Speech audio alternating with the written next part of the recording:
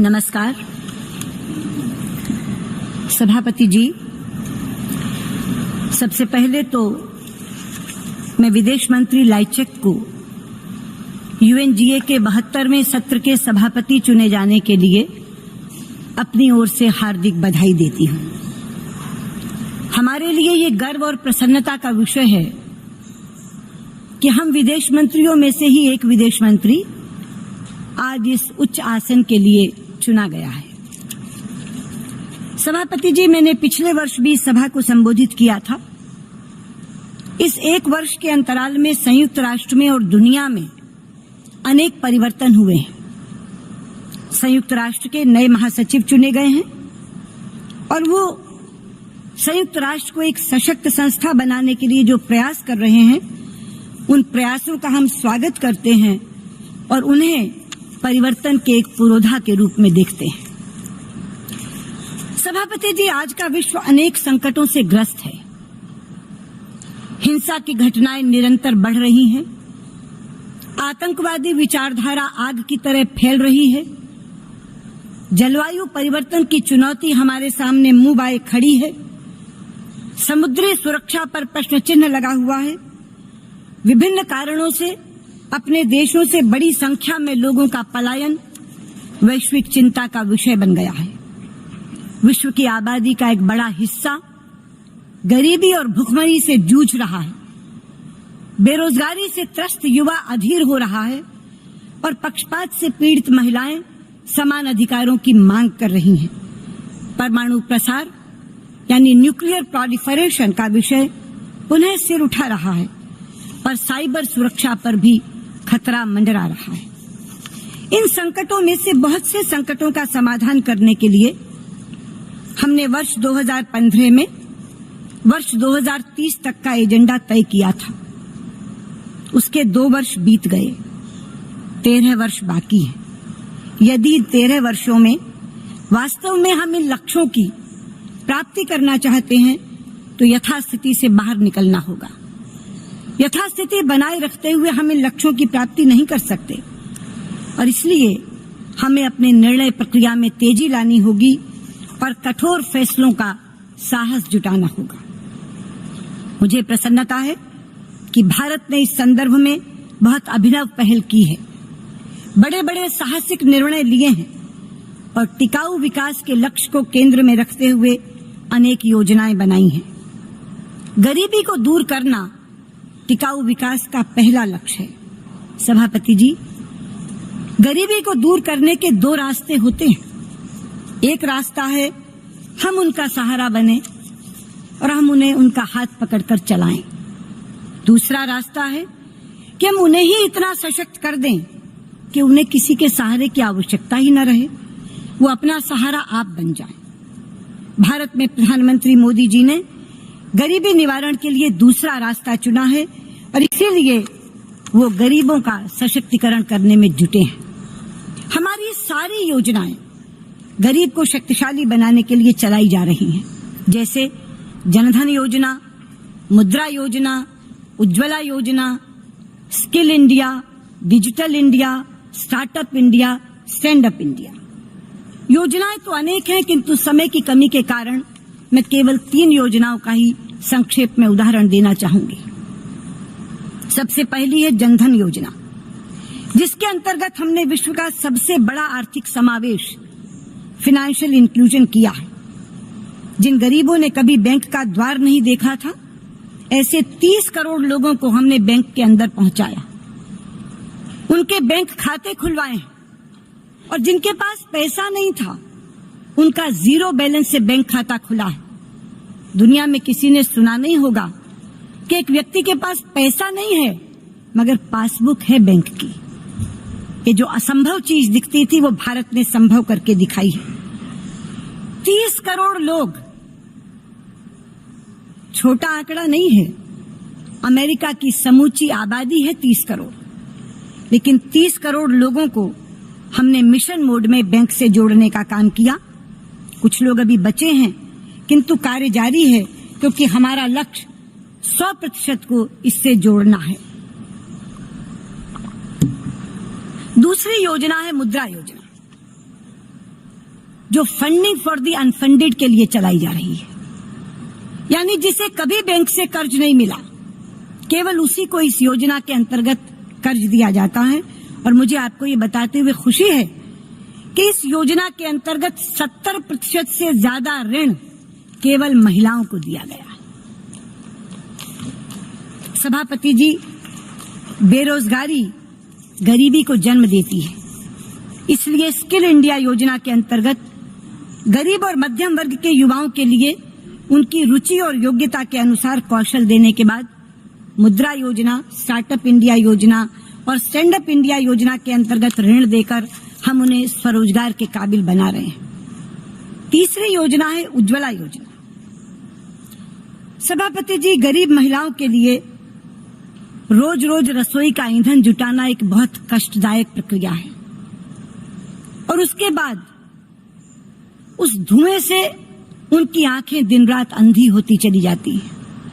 इन दोनों पीड़ाओं से मुक्त करने के लिए उज्ज्वल योजना के अंतर्गत हम गरीब महिलाओं को मुफ्त गैस का सिलेंडर दे रहे हैं, और ये महिला सशक्तिकरण की दिशा में एक बहुत ही महत्वपूर्ण कदम है। नोटबंदी जैसे साहसिक फैसले ने भ्रष्टाचार पर करारा प्रहार किया है। जीएसटी जैसे महत्वपूर्ण निर्णय ने एक राष्ट्र और एक टैक्स की कल्पना को साकार किया है। बेटी बचाओ बेटी पढ़ाओ के अंतर्गत जेंडर इक्वालिटी, लैंगिक समानता जैसे विषयों पर जोर देकर और स्वच्छ भारत अभियान चलाकर भारत एक सामाजिक क्रांति की ओर बढ़ रहा है। मैं यहाँ ये अवश्य कहना चाहूंगी कि समर्थ देश तो अपने बलबूते पर इन लक्ष्यों को प्राप्त कर लेंगे, लेकिन छोटे और अविकसित देशों की मदद हम सबको करनी होगी। इसलिए इन एसडीजीज में ग्लोबल पार्टनरशिप का सिद्धांत रखा गया था।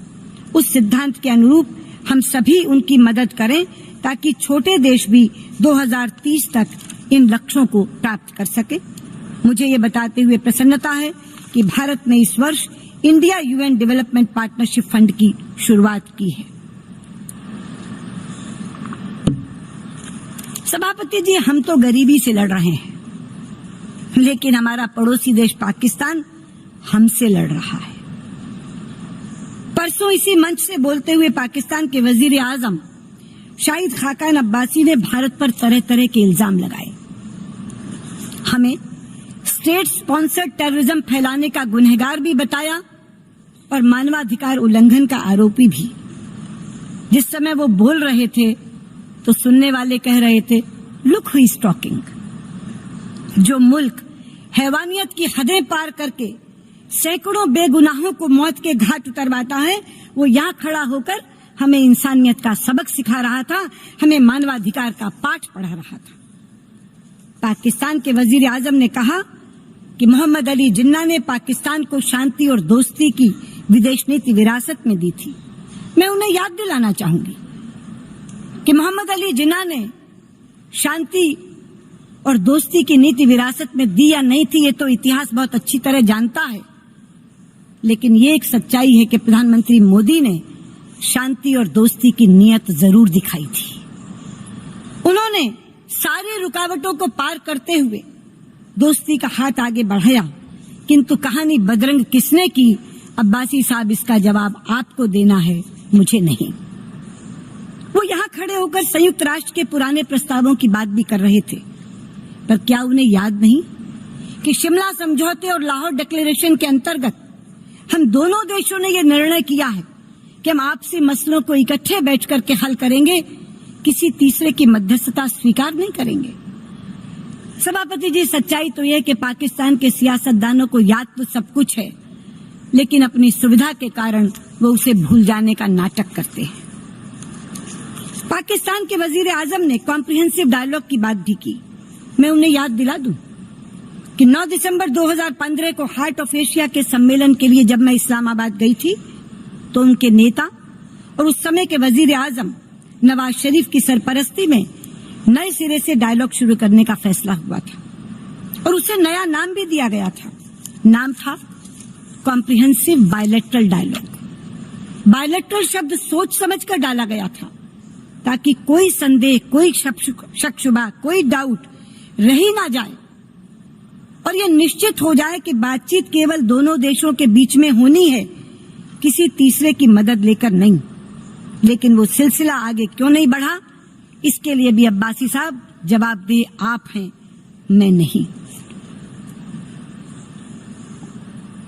सभापति जी, आज इस मंच से मैं पाकिस्तान के सियासतदानों से एक सवाल पूछना चाहती हूँ कि क्या कभी आपने इकट्ठे बैठकर ये सोचा है कि भारत और पाकिस्तान साथ साथ आजाद हुए थे, लेकिन आज भारत की पहचान दुनिया भर में एक आईटी के सुपर पावर के रूप में बनी है और पाकिस्तान की पहचान एक दहशतगर्द मुल्क, एक आतंकवादी देश के रूप में बनी है। इसकी क्या वजह है, कभी सोचा है आपने? एक ही वजह है कि भारत ने पाकिस्तान के द्वारा दी गई आतंकवाद की चुनौतियों का सामना करते हुए भी अपने घरेलू विकास को कभी थमने नहीं दिया। 70 वर्ष के दौरान अनेक दलों की सरकारें आईं, लेकिन हर सरकार ने विकास की गति को जारी रखा। सभापति जी, हमने आईआईटीज बनाए, इंडियन इंस्टीट्यूट ऑफ टेक्नोलॉजी, हमने आईएम्स बनाए, इंडियन इंस्टीट्यूट ऑफ मैनेजमेंट, हमने एम्स जैसे अस्पताल बनाए, all India institute of medical sciences, हमने अंतरिक्ष के क्षेत्र में विश्व प्रसिद्ध संस्थान बनाए। पर पाकिस्तान वालों, आपने क्या बनाया? आपने लश्कर-ए-तैयबा बनाया, आपने जैश-ए-मोहम्मद बनाया, आपने हक्कानी नेटवर्क बनाया, आपने हिजबुल मुजाहिदीन बनाया, आपने आतंकवादी ठिकाने बनाए, आपने टेररिस्ट कैंप्स बनाए।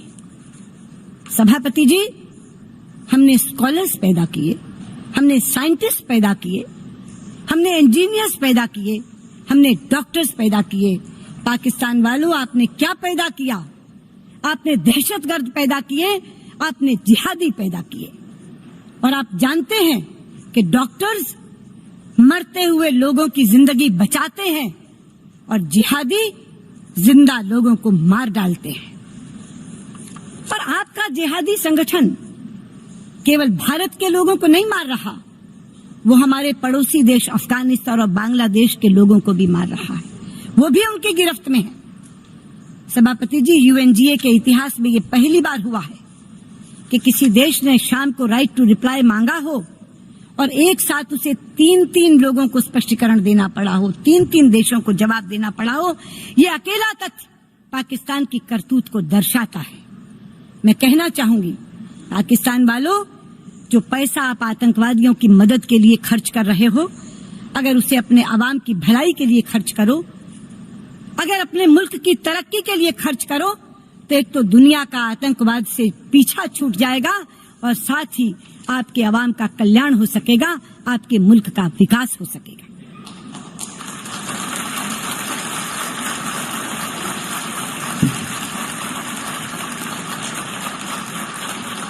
सभापति जी, संयुक्त राष्ट्र आज जिन समस्याओं का समाधान ढूंढ रहा है, उसमें से सबसे प्रमुख है आतंकवाद। भारत आतंकवाद का सबसे पुराना शिकार है, लेकिन मुझे याद है जब हम आतंकवाद शब्द का इस्तेमाल करते थे तो विश्व के बड़े बड़े देश उसे कानून व्यवस्था का मामला कहकर खारिज कर देते थे। लेकिन आज जब आतंकवाद चारों ओर पैर पसार रहा है तो अब सब देश इसकी चिंता करते हैं। लेकिन मुझे लगता है समय आ गया है जब इस विषय पर हमें अंतर्मुखी होकर सोचने की जरूरत है, इंट्रोस्पेक्शन करने की जरूरत है। हम सभी देश बायलैटरल डिस्कशंस में, द्विपक्षीय वार्ताओं में, मल्टीलैटरल फोरम्स में, बहुपक्षीय मंचों से जब भी संयुक्त वक्तव्य, जॉइंट स्टेटमेंट जारी करते हैं तो सभी में आतंकवाद की भर्त्सना करते हैं और उससे लड़ने की एकजुटता का संकल्प भी लेते हैं। किंतु सच्चाई ये है कि एक रस्म बन गई है जिसे हम निभा देते हैं, किंतु वास्तव में जब उस संकल्प को पूरा करने का समय आता है तो कुछ देश अपने अपने हितों को सामने रखकर फैसले लेते हैं। ये सिलसिला अनेक वर्षों से चल रहा है और यही कारण है कि 1996 में भारत द्वारा प्रस्तावित सीसीआईटी पर आज तक संयुक्त राष्ट्र निर्णय नहीं ले सका। सीसीआईटी की सभी धाराओं पर सहमति बन गई। अगर नहीं बनी सहमति तो एक धारा पर, और वो है आतंकवाद की परिभाषा। मैं कहना चाहूंगी, परिभाषा ही तो जड़ है जिसमें से अच्छे और बुरे आतंकवादी का अंतर निकलता है। अगर परिभाषा पर एक राय नहीं बनेगी तो हम एकजुट होकर कैसे लड़ेंगे? अगर मेरे और तेरे आतंकवादी की दृष्टि अलग अलग हो जाएगी तो हम एकजुट होकर कैसे लड़ेंगे? यदि सुरक्षा परिषद में टेररिस्ट की लिस्टिंग पर भी मतभेद उभर आएंगे तो हम एकजुट होकर कैसे लड़ेंगे? इसलिए सभापति जी, आपके माध्यम से आज मेरा इस सभा से विनम्र अनुरोध है कि हम अलग अलग नजरियों से आतंकवाद को देखना बंद करें। हम समदृष्टि बनाएं और स्वीकारें कि आतंकवाद समूची मानवता के लिए खतरा है। कोई भी कारण कितना भी बड़ा क्यों न हो, हिंसा का औचित्य नहीं बन सकता। इसलिए अगर हम एकजुटता से लड़ने का संकल्प लें तो उसे माने भी, और अगर माने तो उसे अमली जामा भी पहनाएं।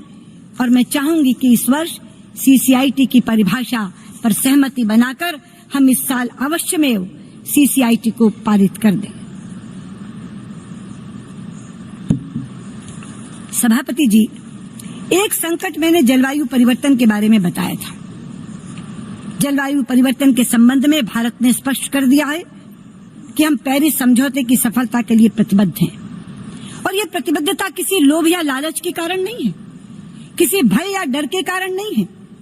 ये प्रतिबद्धता हमारी 5000 वर्ष पुरानी संस्कृति के कारण है। और इस विषय में प्रधानमंत्री मोदी ने अपनी ओर से एक अभिनव पहल करके इंटरनेशनल सोलर अलायंस का गठन किया है। सभापति जी, हम समूचे विश्व में शांति की कामना करते हैं, और जब ये कामना करते हैं तो केवल प्राणियों की शांति की कामना नहीं करते। हम पृथ्वी की शांति की कामना करते हैं, हम अंतरिक्ष की शांति की कामना करते हैं, हम वनस्पति की शांति की कामना करते हैं, और हम प्रकृति की शांति की कामना करते हैं। क्योंकि प्रकृति को जब नष्ट किया जाता है तो वह अशांत होकर विरोध जताती है, और यदि विनाश को न रोका जाए तो रौद्र रूप धारण करके सर्वनाश कर देती है। कभी भूकंप, कभी झंझावात, कभी भयंकर वर्षा, कभी बाढ़ और तूफान, सभी माध्यमों के जरिए ये प्रमाण सामने आते रहते हैं। हाल ही में आ रहे हरिकेन्स, सभापति जी, मात्र एक संयोग नहीं है। जिस समय संयुक्त राष्ट्र में विश्व का समूचा नेतृत्व इकट्ठा है, उस समय प्रकृति द्वारा दी गई ये चेतावनी है। सम्मेलन शुरू होने के चंद दिन पहले से ही हार्वे और इर्मा जैसे हरिकेन आने शुरू हो गए, और सम्मेलन के दौरान भी मेक्सिको में भूकंप आया, डोमिनिको में हरिकेन आया। हम इस चेतावनी को समझें और बैठकों में केवल चर्चा करके ना उठ जाएं, बल्कि संकल्पशीलता से आगे बढ़ें और विकसित देश अविकसित देशों की मदद के लिए टेक्नोलॉजी ट्रांसफर और ग्रीन क्लाइमेट फाइनेंसिंग की अपनी प्रतिबद्धता पूरी करें, ताकि हम अपनी भावी पीढ़ियों को सर्वनाश से बचा सकें। सभापति जी, हम विश्व की अनेक समस्याओं पर चर्चा कर रहे हैं, लेकिन जो संस्था इन समस्याओं के समाधान के लिए बनी है वो स्वयं भी तो समस्याग्रस्त है। अभी कुछ दिन पहले 18 तारीख को संयुक्त राष्ट्र के सुधारों के विषय में यहाँ एक बैठक बुलाई गई थी, जिसमें मैं भी उपस्थित थी। उस बैठक में मंच से किए गए भाषणों में सुधारों से न होने के कारण वेदना झलक रही थी और सुधार करने के लिए संकल्पशीलता भी दिख रही थी। किंतु मैं याद कराना चाहूंगी कि वर्ष 2005 में जब विश्व सम्मेलन हुआ था तो ये तय किया गया था कि जब भी संयुक्त राष्ट्र के सुधारों की प्रक्रिया प्रारंभ की जाएगी तो सबसे पहले यूएनएससी संयुक्त राष्ट्र सुरक्षा परिषद के सुधार और विस्तार का काम प्रारंभ किया जाएगा। सुरक्षा परिषद के सुधारों के संबंध में पिछले सत्र में टेक्स्ट बेस्ड निगोशिएशन के प्रयास शुरू किए गए थे और 160 से अधिक सदस्यों ने इसके लिए समर्थन भी व्यक्त कर दिया था। यदि हम इस विषय पर गंभीर रूप से चर्चा करना चाहते हैं तो टेक्स्ट बेस्ड निगोशिएशन का एक टेस्ट अवश्य ही होना चाहिए। सभापति जी, मैं कहना चाहूंगी कि विदेश मंत्री लाइचेक को टेक्स्ट बेस्ड निगोशिएशन प्रारंभ करने के लिए एक महत्वपूर्ण भूमिका अदा करनी होगी और मैं आशा करती हूं कि उनके सभापतित्व में ये विषय एक प्राथमिकता बनेगा, ताकि बाद में हम इसे उनकी एक उपलब्धि के रूप में गिन सकें। संयुक्त राष्ट्र के महासचिव से भी हम सबको बहुत उम्मीदें हैं। गुटेरस जी, यदि आप अंतर्राष्ट्रीय शांति और सुरक्षा के ढांचे में सुधार करना चाहते हैं तो आपको यूएन पीस कीपिंग से संबंधित मुद्दों का भी समाधान करना होगा। यूएन पीस कीपिंग में सुधार के बिना ये कार्य संभव नहीं हो पाएगा। सभापति जी, विषय तो अनेक हैं, पर इस मंच से बोलने के लिए समय कम है, इसलिए मैंने विषय प्रारंभ में ही गिना दिए थे। वैसे भी जो विषय इस सभा के लिए चुना गया है वो है लोगों के द्वारा सभ्य जीवन जीने और शांतिपूर्वक जीवन जीने की व्यवस्था। ये विषय संयुक्त राष्ट्र के चार्टर के भी अनुरूप है और ये विषय मेरे देश की संस्कृति के भी अनुरूप है। सभापति जी, मेरे देश की संस्कृति पूरी वसुधा के लोगों के सुखों की कामना करने वाली संस्कृति है। हम वसुधैव कुटुंबकम कहते हैं, जिसका अर्थ है पूरा विश्व एक परिवार है। और इसीलिए हम केवल अपने सुख की कामना नहीं करते, हम सर्व के सुख की कामना करते हैं, सबके सुख की कामना करते हैं। और जिस मंत्र के माध्यम से सबके सुख की कामना करते हैं, उसी मंत्र का उच्चारण करके मैं अपनी बात को समाप्त करना चाहूंगी। वो मंत्र है सर्वे भवन्तु सुखिनः, सर्वे सन्तु निरामयाः, सर्वे भद्राणि पश्यन्तु, मा कश्चित् दुःखात् भवेत्। जिसका अर्थ है सभी सुखी हों, सभी स्वस्थ हों, सभी अपने इर्द गिर्द अच्छा ही अच्छा देखें, कोई भी दुखी ना हो, कोई भी दुखी ना हो, कोई भी दुखी ना हो। धन्यवाद।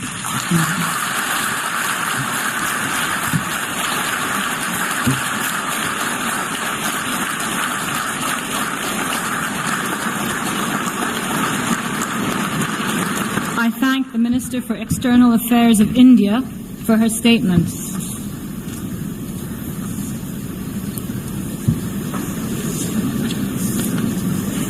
Je donne maintenant la parole à son Excellence Mahmoud Ali Yusuf.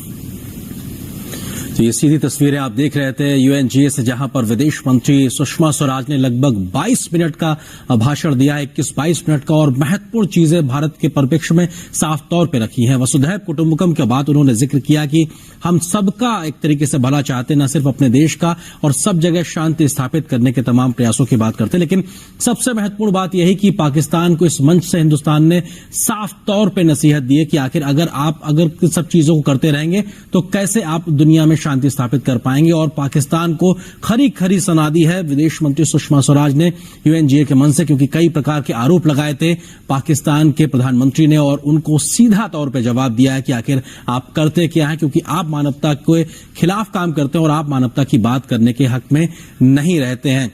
और हमारे सहयोगी शैलेंद्र मिश्र इस वक्त हमारे साथ में अमेरिका से ही जुड़ गए हैं, न्यूयॉर्क से जुड़ गए, जहां पे यूएनजीए का कवरेज करने के लिए पहुंचे हुए हैं। शैलेंद्र, किस तरीके से देखते हैं भाषण, क्योंकि एक बहुत जोरदार तालियों की गड़गड़ाहट हमने सुनी है पूरे हॉल के अंदर।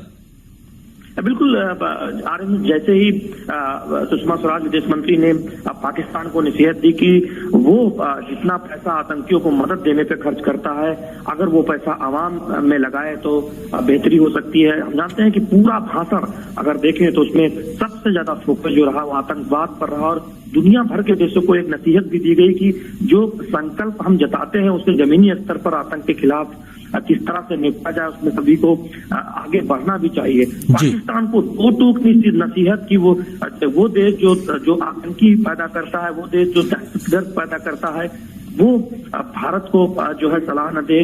भारत के बारे में उन्होंने स्पष्ट तौर पर कहा कि हम डॉक्टर और इंजीनियर पैदा करते हैं और पाकिस्तान दहशतगर्द पैदा करता है, हक्कानी नेटवर्क पैदा करता है, जैसे मोहम्मद जैसे आतंकी संगठन पैदा करता है। तो ऐसे में स्पष्ट तौर पर पाकिस्तान को एक करारा जवाब कह सकते हैं।